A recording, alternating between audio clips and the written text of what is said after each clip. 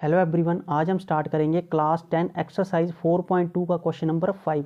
Question number 5 में क्या बोला गया है? The altitude of right angle triangle is 7 centimetre less than it's base. किसी राइट एंगल ट्राइंगल का जो अल्टीट्यूड जो है 7 centimetre less than it's base से जो है 7 सेंटीमीटर जो है कम है। एल्टीट्यूड यानी परपेंडिकुलर, और राइट एंगल ट्राइंगल होती है जिसमें एक एंगल जो है 90 डिग्री का हो। आगे बोला गया है if the hypotenuse is 13 centimetre, और हाइपोटेनिस कितना दिया है उस ट्राइंगल का? 13 centimetre. Find the other two sides, हमने उसकी other two sides find out करनी है। तो पहले हमने यहाँ पर क्या करनी है? राइट एंगल ट्राइंगल ड्रॉ करनी है। तो राइट एंगल ट्राइंगल क्या होती है? ऐसे हमने एक राइट एंगल ट्राइंगल बना ली जिसका एक एंगल जो है 90 डिग्री हो, वो क्या होती है? Right angle triangle. A B C, ये क्या आ गया? उसका बेस आ गया। ये क्या आ गया? हाइपोटेनिस आ गया। और ये क्या आ गया? एल्टीट्यूड यानी कि परपेंडिकुलर। ठीक है। और हाइपोटेनिस कितना बोला हुआ है? 13 सेंटीमीटर बोला हुआ है। और कि उस ट्राइंगल का जो है बेस जो है 7 सेंटीमीटर एल्टीट्यूड से कम बोला गया है। तो हमें क्या मानना पड़ेगा? पहले उसका बेस मानना पड़ेगा। तो बेस क्या मान लेंगे हम उसका? Let base of triangle, right angle triangle कितना मान लिया? उसका बेस हमने मान लो x सेंटीमीटर मान लिया। अगर बेस हमने x सेंटीमीटर मान लिया तो उसका एल्टीट्यूड यानी कि परपेंडिकुलर क्या हो जाएगा? एल्टीट्यूड क्या बोला हुआ? 7 सेंटीमीटर कम बोला हुआ बेस से, तो x माइनस 7 हो जाएगा।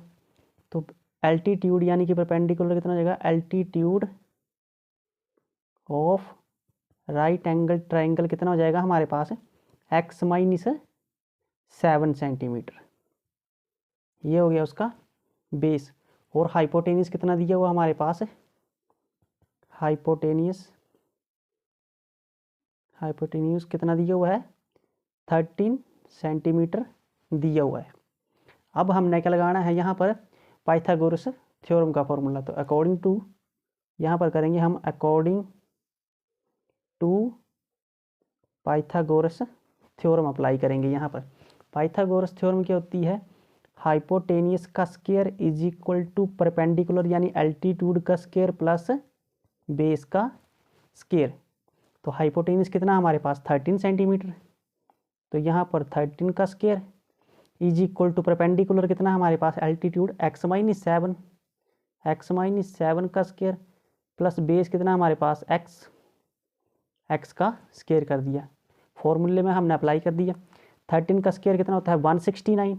यहाँ पर क्या जाएगा? 169 इज इक्वल टू, यहाँ पर बन रहा है फॉर्मूला a माइनस बी का whole square. a minus b का होल स्क्वायर का फॉर्मूला होता है a square plus b square minus 2ab। यहाँ पर अप्लाई कर देंगे हम, तो क्या हो जाएगा?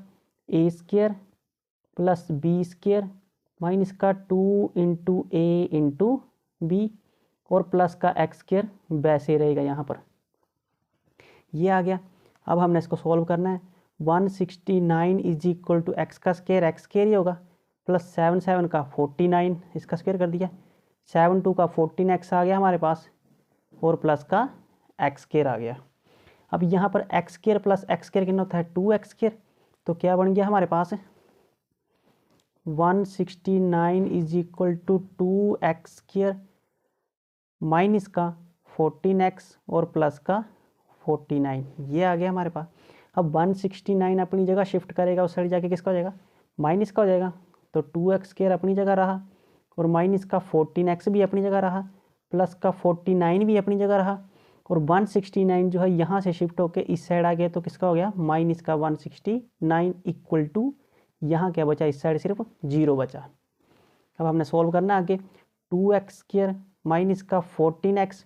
अब 169 में से 49 जाते हैं, कितने बचते हैं? 9 में से 9 गया 0, और 6 में से 4 गया 2, और 1 0 1 है 120। बड़ी वैल्यू के साथ माइनस का निशान है, तो क्या आ जाएगा यहाँ पर? माइनस आ जाएगा, इक्वल टू क्या आ गया? 0 आ गया। अब यहाँ से 2 के टेबल में ये भी आते हैं, ये भी आते हैं, और ये भी आते हैं। 2 क्या आ जाएगा? कॉमन आ जाएगा। 2 बार कॉमन निकाल ली, यहाँ क्या बचा? सिर्फ एक्स स्क्वायर। 7 2 का 14, यहाँ 7x बचा, माइनस 6 2 का 12 तो यहाँ क्या बचा 60 बचा। 62 का कितना होता है 120 होता है इक्वल टू 0। अब 2 मल्टीप्लाई का है उस साइड जाके डिवाइड का हो जाएगा, तो 0 को किसी भी नंबर से डिवाइड करेंगे 0 आएगा। तो क्या आ गया हमारे पास x² माइनस का 7x माइनस का 60 इक्वल टू 0। और 2 से 0 को डिवाइड किया तो 0 ही आया। अब हमने करना है गिवन क्वाड्रेटिक इक्वेशन बन गई। अब हमने क्या करना है इसके फैक्टर फाइंड आउट करने हैं मिडिल टर्म को स्प्लिट करके, कि मल्टीप्लाई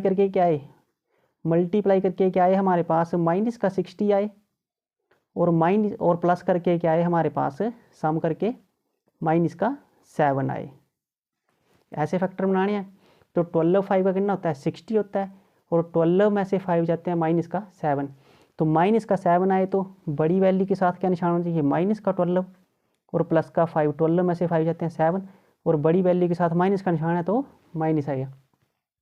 -12 मल्टीप्लाई बाई 5, 12 5 का 60 माइनस का फैक्टर बन गए। क्या फैक्टर आ गए x² माइनस का 12x और प्लस का 5x और माइनस का 60 इक्वल टू 0।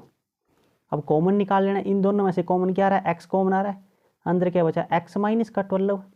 यहाँ भी 5 के टेबल में 5 आते हैं और 5 के टेबल में 60 भी आते हैं, तो प्लस का 5 क्या आ गया कॉमन आ गया, अंदर क्या बचा x 5 12 का 60 माइनस का 12 इक्वल टू 0। ये फैक्टर आ गया हमारे पास।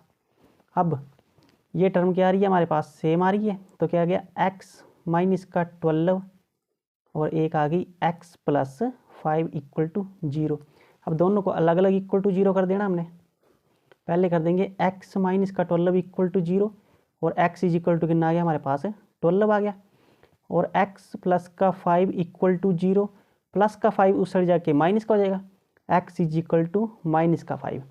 तो यहाँ पर हमने क्या फाइंड आउट करनी है साइड फाइंड आउट करने का बोला है, तो साइड नेगेटिव में नहीं होगी, तो -5 को क्या कर देंगे हम नेगलेक्ट कर देंगे।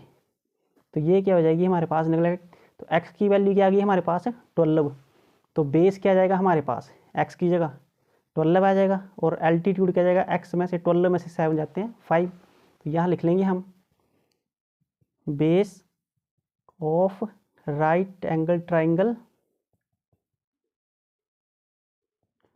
x इक्वल टू कितना आ गया हमारे पास 12 आ गया, और altitude of right angle triangle क्या बोला हुआ है x माइनस का 7, 12 माइनस का 7 इक्वल टू कितना आ गया 5 आ गया, 5 सेंटीमीटर। ये हमारे पास क्वेश्चन नंबर 5 जो है 4.2 का कंप्लीट होता है।